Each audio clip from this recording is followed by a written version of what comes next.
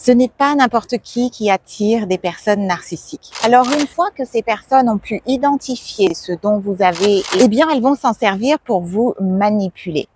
Pourquoi? Parce que dans cette vidéo aujourd'hui, nous allons voir pourquoi vous attirez des personnalités narcissiques ou que vous continuez d'attirer des personnalités narcissiques, parce que bien souvent il y a des répétitions. Tant que vous n'avez pas compris la leçon, l'univers vous répète l'expérience. Et nous allons particulièrement mettre l'accent sur ce premier chakra, premier centre énergétique, et voir à quel point il est fondamental dans votre processus de guérison. À la fin de cette vidéo, vous aurez également des clés et des directions pour pouvoir sortir de ces relations qui sont toxiques et qui vous nuisent grandement. Ce n'est pas n'importe qui attire des personnes narcissiques. Votre énergie et vos blessures entrent en résonance et vous font vous rencontrer. Il n'y a pas de hasard. Alors si vous êtes dans un lien avec une personne narcissique, dans un lien toxique et abusif qui dure, que vous faites perdurer ou que vous n'arrivez pas à quitter, eh bien c'est que vous êtes dans un lien traumatique, a trauma bound. Cela veut dire que vous avez une blessure qui n'a pas encore été mise à la lumière et qui n'a pas été transformée et qui permet ces expériences avec ces personnes à personnalité narcissique. Alors effectivement, beaucoup de personnes se font avoir et démarrent un lien avec une personnalité narcissique. Mais ce n'est pas tout le monde qui reste dans ce lien. Si vous êtes en lien avec une personne narcissique, cette vidéo est pour vous. Si vous avez été en lien dans le passé avec une personne narcissique, cette vidéo peut également être pour vous, car les mémoires sont inscrites à votre corps physique et à vos corps subtils et peuvent perdurer alors que vous avez fait le travail d'intellectualisation à la psyché. Et si vous n'avez pas identifié et pensé être dans un lien avec une personne narcissique, mais que dans ce lien, eh bien, il y a des choses qui sont difficiles à vivre et que vous avez le sentiment que quelque chose ne fonctionne pas, eh bien, restez aussi, cette vidéo pourrait vous aider à identifier, eh bien, peut-être une potentielle relation dysfonctionnelle.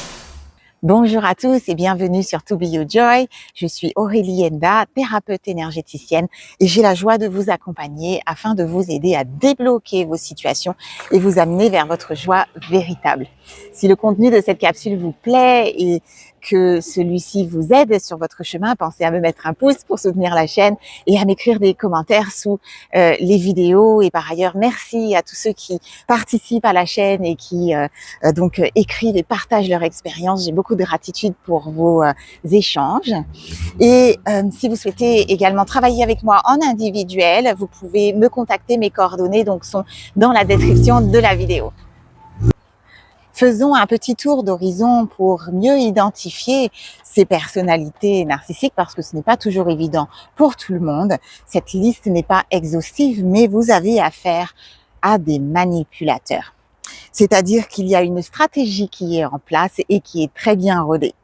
Ce sont des personnes qui sont très charmeurs et charmeuses, donc on se laisse facilement avoir, et qui ont une intelligence, je parle d'une intelligence analytique, à leur cerveau gauche et non pas au cerveau droit, qui ont une intelligence relativement développée et dévoilée au plus grand nombre.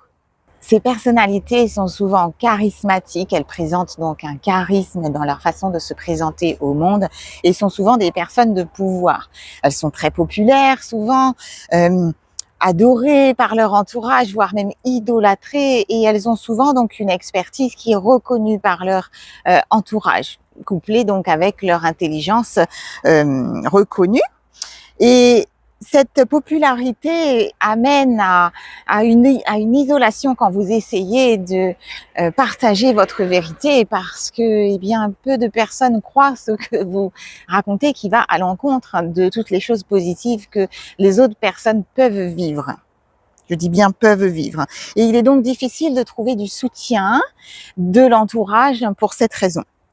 Ces personnes sont expérimentées en la matière, je parle ici de manipulation, et également expérimentées dans un domaine en particulier. Souvent, elles ont une expertise très pointue et qui les amène donc à briller, et qui va avec cette personnalité bien souvent. Elles ont la facilité de créer de la dépendance et vous rendre dépendant. elles ont la capacité de jouer le rôle de la victime, alors que vous, souvent, en face, vous avez le souhait de vouloir donc le meilleur pour la terre entière, souvent. Et ce qui explique donc les problématiques qui se jouent entre vous. Et elles ont cette grande capacité à voir et à découvrir vos blessures, et une en particulier. Une blessure dont ils vont se servir pour vous affamer et vous faire vivre un sentiment de négligence. Et c'est là où je viens faire le lien avec les centres énergétiques, vos chakras, et plus particulièrement le premier chakra, votre chakra racine. Ce premier centre énergétique où vous détenez votre sécurité intérieure, votre sentiment de sécurité. Et c'est cet élément sur lequel on va mettre le focus aujourd'hui dans cette vidéo. Rappelez-vous également que le premier chakra représente cette énergie sacrée de présence et de manifestation. Mais aujourd'hui, on va s'attacher à la sécurité et voir à quel point ce premier chakra est impacté et remplit un rôle fondamental quand il est question de sortir de ses relations toxiques et de guérir de son histoire de vie. Alors, une fois que ces personnes ont pu identifier ce dont vous avez été affamé, ce dont vous avez été négligé, que ce soit dans le passé ou dans le présent, peu importe puisqu'il est question de l'énergie que vous portez, eh bien, elles vont s'en servir pour vous manipuler. Pourquoi? Parce que cette énergie et ce sentiment de négligence va vous amener à vivre de l'insécurité. Il y a donc une énergie de manque, une énergie de quelque chose qui a laissé un vide dans votre espace vibratoire et dans votre psyché aussi, parce que ça correspond à quelque chose parfois qui est conscientisé, pas toujours, et qui va vous mettre dans la peur. Ce qui explique donc le sentiment d'insécurité à votre chakra racine. Ça, c'est ce qui se joue à votre premier chakra, c'est-à-dire que ce centre énergétique va porter cette fréquence d'insécurité, de peur, qui va mettre en dissonance ce premier chakra et ne pas lui permettre de remplir son rôle. Retenez que c'est ce qui se passe dans la matière et qui correspond à ce qui est vrai. Maintenant, de l'autre côté, et c'est là où c'est contre-intuitif, peu importe à quel point les choses vont mal tourner dans ce lien, j'ai déjà connu ça avant. Mon être a déjà traversé des situations similaires qui m'envoient des émotions similaires et c'est donc familier. Je suis sur un territoire connu et de ce fait, mon premier chakra va envoyer une information de sécurité à mon système nerveux avec qui il est en lien au 6e chakra. Donc, le premier chakra aux racines et l'ensemble de votre être est en insécurité, mais votre système nerveux reçoit des informations de sécurité. Par conséquent, il n'y a pas de système d'alarme, il n'y a pas d'alerte qui est donnée comme quoi il y a un danger. Et c'est ce qui explique donc, en l'absence de ce signal de sécurité, que vous allez faire des va-et-vient. Je vais et je reste.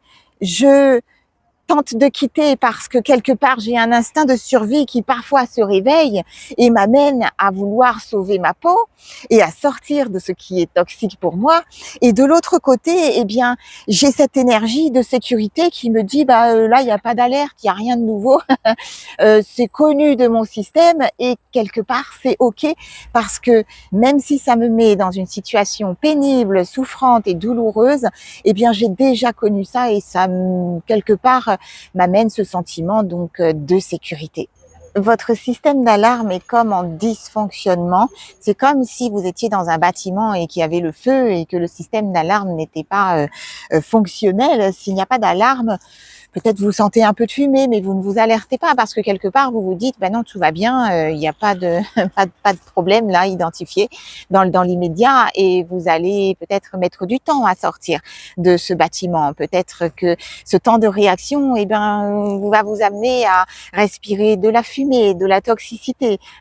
Faites le lien avec le lien toxique évidemment et que vous allez vous faire comme emmener dans quelque chose qui va vous envahir, vous polluer et qui sera plus difficile à quitter parce que vous n'avez pas réagi tout de suite.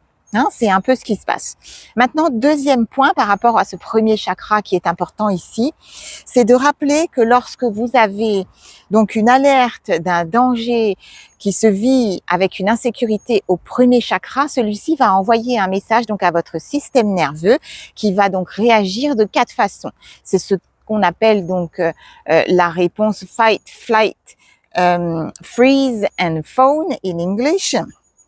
Et donc, souvent, ces programmes sont développés dans le passé, ce n'est pas nouveau, et vous avez une manière de réagir qui est plus importante que les autres. Je vous propose de regarder les différentes réponses. La première que je choisis ici, à votre système nerveux, lorsque vous êtes en insécurité du fait de ce lien qui est toxique pour vous et donc de cette personne qui est abusive à votre égard, la réponse donc de trauma response, hein, la réponse traumatique à votre système nerveux, et the fawn response. C'est-à-dire que je vais m'accommoder de la situation et accommoder la personne de manière à ne pas trop la froisser pour me garder en sécurité. Donc, je mets de côté mes besoins, je passe en dernier et je m'assure que cette personne est OK pour ne pas faire trop de vagues. Je fais ce que cette personne me dit de faire et je m'exécute en quelque sorte. Deuxième possibilité, I freeze, hein, vous vous figez, c'est-à-dire que bien vous restez sans action et quelque part vous subissez la maltraitance ou ce qui se joue dans le lien qui est abusif à votre égard. Donc, ça ne résout pas le problème. Ensuite, vous avez une autre possibilité de fight response. Donc, vous vous battez, vous vous débattez. Souvent, ça vient avec de la colère, de l'agressivité et vous rentrez sur le ring.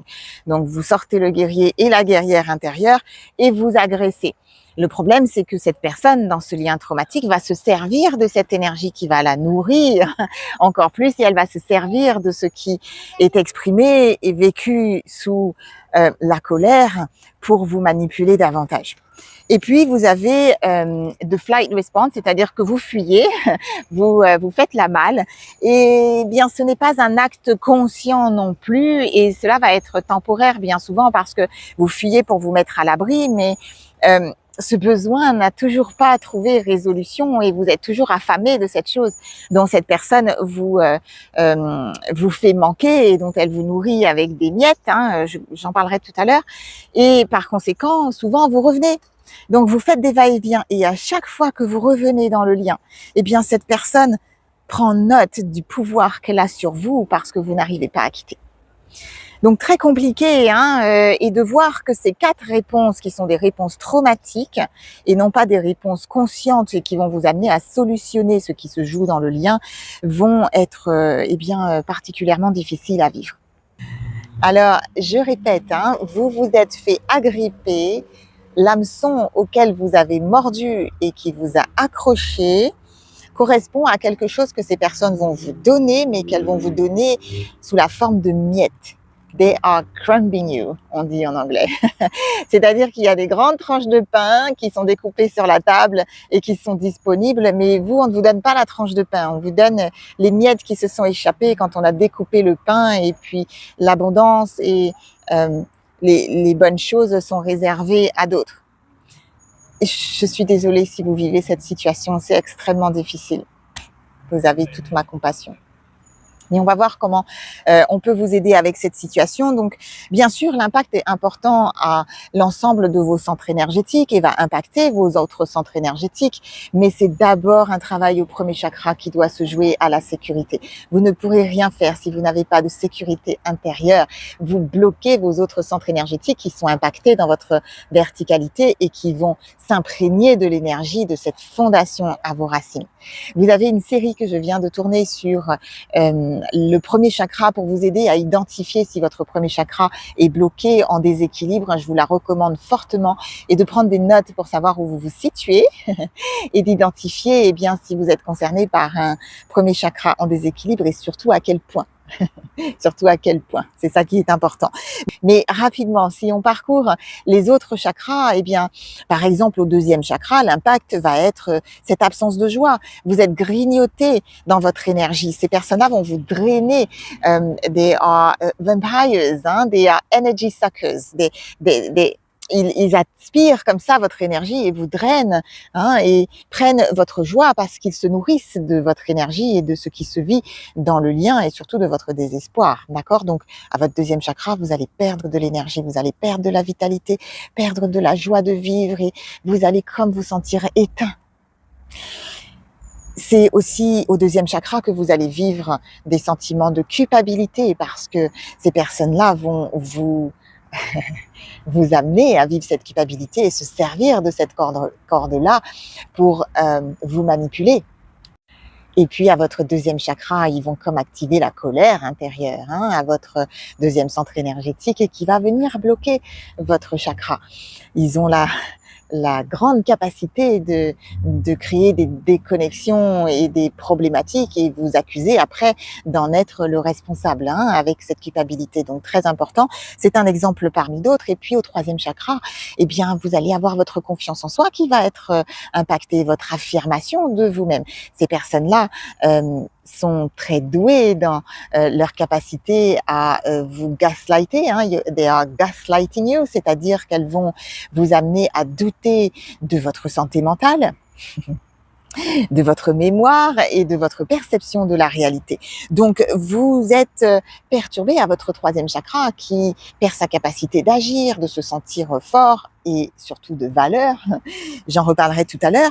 Au quatrième chakra, vous êtes en insécurité à vos racines, donc le chakra du cœur, ici ne peut pas s'ouvrir et ne peut pas être dans une vulnérabilité.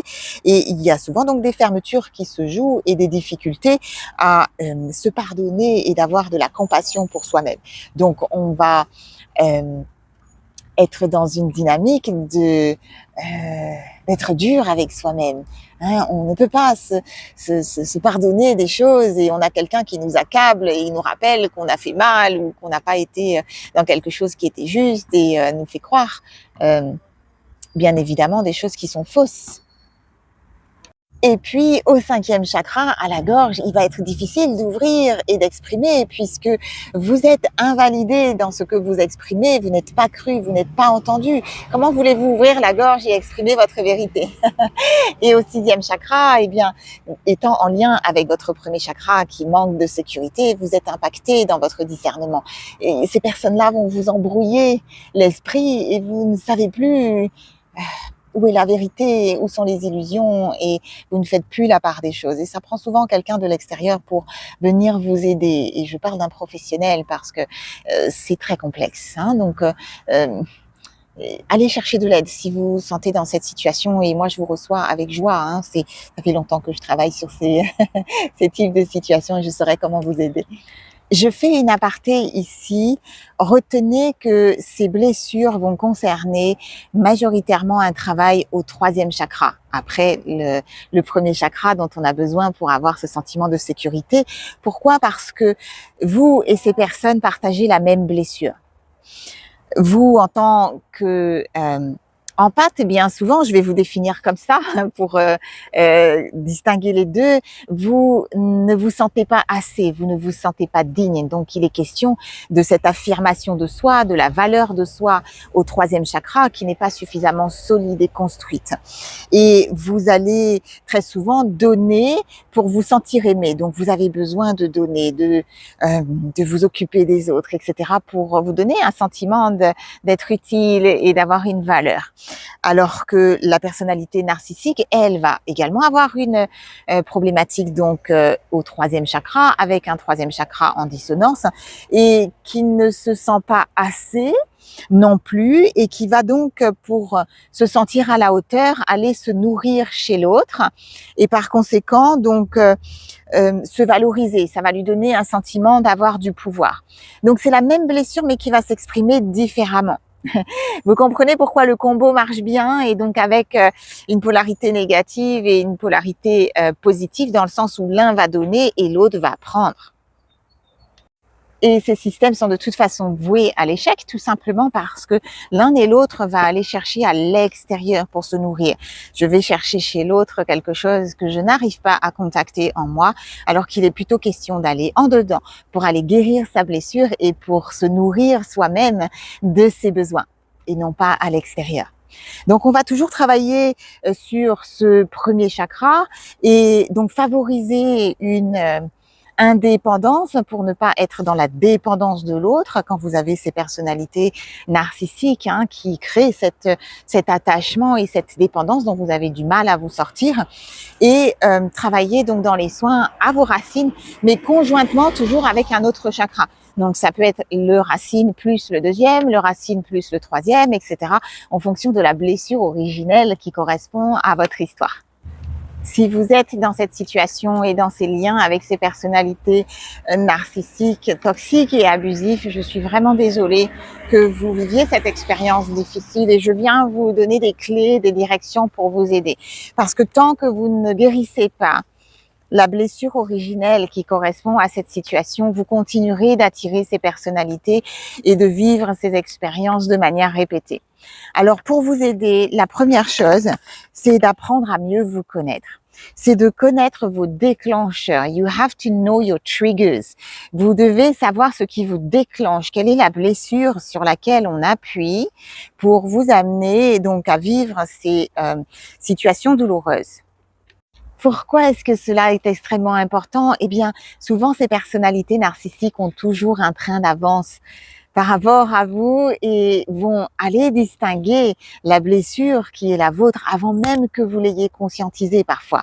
Ce qui veut dire que si je connais ma blessure et que je connais mon trigger, je sais ce qui me déclenche, ce dont j'ai manqué fondamentalement et sur quoi ces mécanismes et ces liens s'appuient, eh bien, si je m'aperçois que cette personne me nourrit peut-être et me comble abondamment de cette chose et que j'observe ce qui se joue dans le lien, je peux peut-être rester en alerte, voilà, sans m'impliquer à 200% tête baissée dans le lien et ce qui pourrait m'amener donc à vivre une dépendance parce que gardez à l'esprit que l'autre n'est pas là pour combler vos besoins, l'autre n'est pas là pour vous sauver. Et ce n'est pas son rôle que de venir vous nourrir là où vous avez manqué. Vous êtes souvent alors dans des triangles de Karpman avec des rôles de sauveur-sauvé et vous donnez votre pouvoir à l'autre, ce qu'on ne veut pas faire. Deuxième clé que je vous propose ici, eh bien, c'est de redéfinir l'amour. Je parle de l'amour amoureux dans un lien amoureux, mais également l'amour dans le sens de ce qui vient du cœur.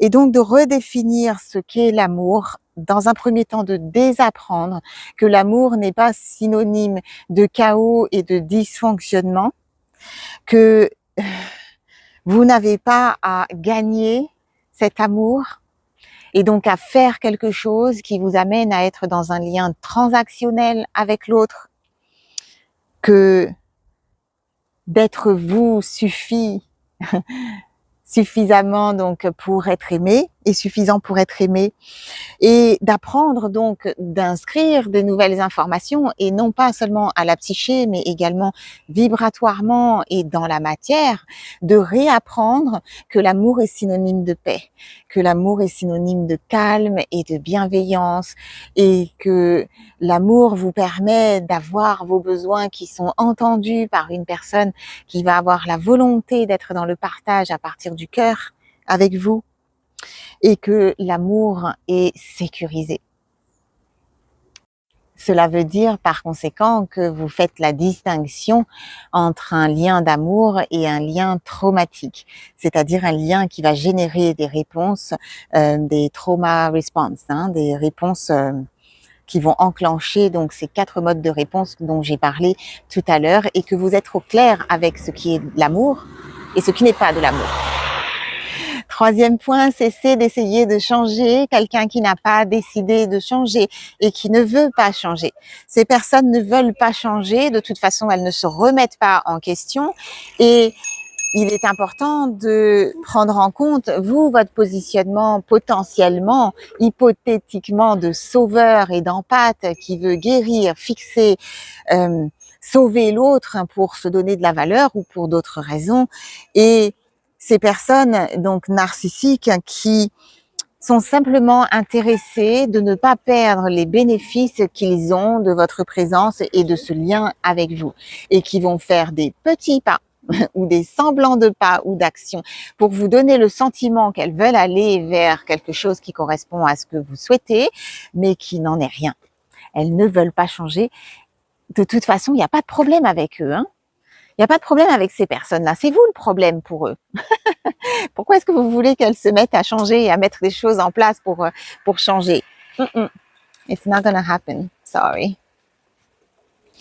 Il y en a d'autres, mais je finis avec ce 4e et dernier point pour sortir de ces relations avec les personnes narcissiques, qui est d'apprendre à mettre des frontières et d'apprendre à les faire respecter. Et je rappelle que de se retirer d'un lien est une frontière.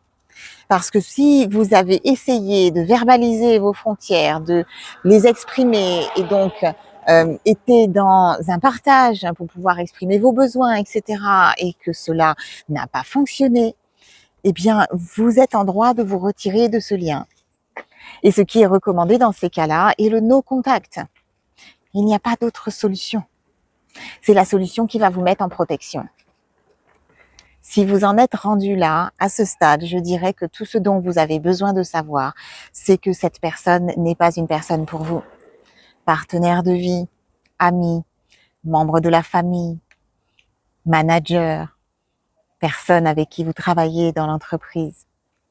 Ces personnes sont là pour vous apprendre à vous aimer, vous apprendre à vous accorder de la valeur et vous apprendre à vous choisir. Et c'est donc un travail au 3e chakra. Voilà pour la capsule aujourd'hui. Il y a beaucoup de choses à dire sur ce sujet. Si vous avez des questions, n'hésitez pas à les poser et à m'écrire dans les commentaires comment cette capsule a résonné pour vous et ce que vous en retirez. J'espère qu'elle vous a parlé en tout cas, et si vous avez besoin d'aide et voulez travailler en individuel sur ces sujets ou sur d'autres, eh bien prenez rendez-vous, mon contact est dans la description de la vidéo. Je vous remercie de vos commentaires, de votre présence sur la chaîne et de tout ce que vous partagez qui aide également les autres à poursuivre leur travail de guérison en vous lisant. Et puis voilà, c'était tout pour aujourd'hui. C'était donc Aurélie Enda, thérapeute énergéticienne sur To Be Your Joy. Et en attendant la prochaine vidéo, comme toujours, prenez soin de vous et de vos 3e chakras et premier centre énergétique à la sécurité.